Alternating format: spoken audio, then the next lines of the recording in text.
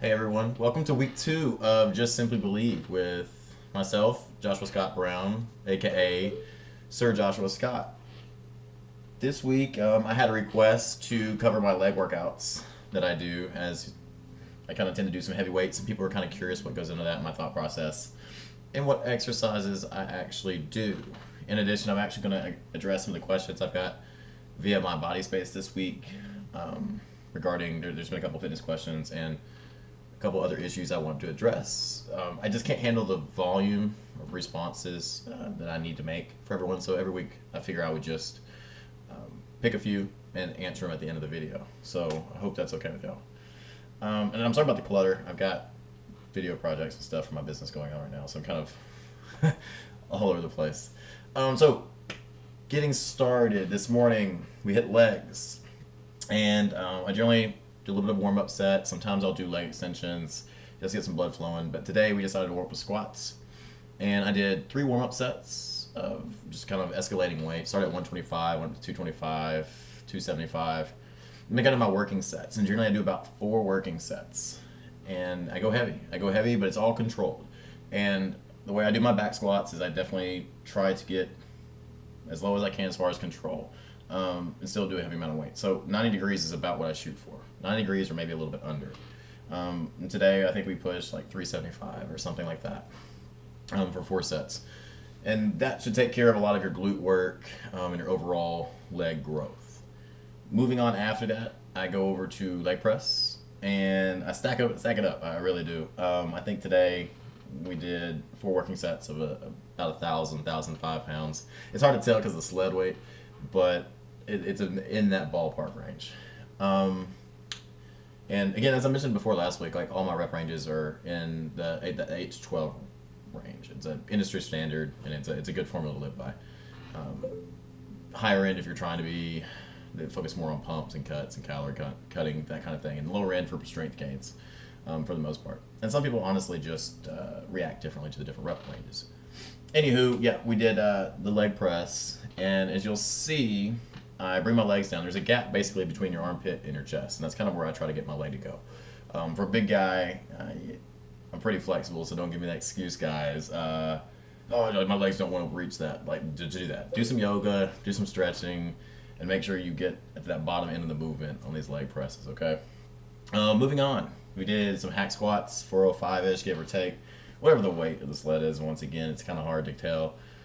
On these, it's the same thing as any other squats as far as your depth. Try to get 90 degrees or below. And for these, I did narrow stance, and the narrow stance will improve the outer sweep of your quads, give you a more full, well-rounded look to your leg, which is really essential. A lot of guys will have like a lot of leg development out, but they won't have it. They'll have it basically like off their leg, a straight line, and then they won't have any kind of side definition. Probably a little confusing. I'll point it out later. And moving on from there, we did lying leg curls, and I do these in supersets to get my hamstrings, and it murders them completely. The first, you're laying flat, completely flat, keeping your pelvis thrust into the bench, and the second set, you're basically raising your shoulders up off, and I actually lock my arms out to keep my upper body up, but my pelvis still pushed into the pad. After that, I move over to leg extensions, and today I didn't do FST7. I was actually dragging a little bit this morning. Past couple days have been really taxing for me, so I only did 4 sets of leg extensions today. And again, all these movements are going as heavy as you possibly can, hitting those rep ranges. So that's pretty much my leg workouts. I don't do too much outside of that. Occasionally I'll mix up my different types of squats. I'll do front squats or something, or I'll do stiff leg deadlifts or something like that. But generally speaking, this is my leg workouts. There you have it. I hope you took something from that. And if you have any more questions, just hit me in the comments or hit my inbox with them, and I'll address them in the future. Okay? All right. So moving past that, I had a couple questions this week, and I decided on 3 for this week to answer. The first question is from Melanie of WeFatCoach. I think that's like her handle. Not really sure how to say that, so feel free to correct me. But she's basically asking me how to become a model. And it's like anything in life. If you want to do something, like, don't just talk about it. Like, just go do it. So if you want to be a model, find some photographers and shoot with them. If they're amateurs, that's fine. You've got to start somewhere, and get some shots. Figure out what you like and you don't like, and move past that. And don't be afraid to try. If you see an amazing photographer you really want to work with, message them, and they're going to be honest with you. If they try to charge you, quite frankly, you're not to the point of working with them. And that doesn't mean you can't work with them. You won't gain anything from it if you do pay. If they offer to do a trade shoot, it means you're kind of right on the level where you need to be. You're trading for work for work. I personally have never paid for a photo shoot, but that's because I've been very careful about and selective about who I work with. I'll do some research on the photographer.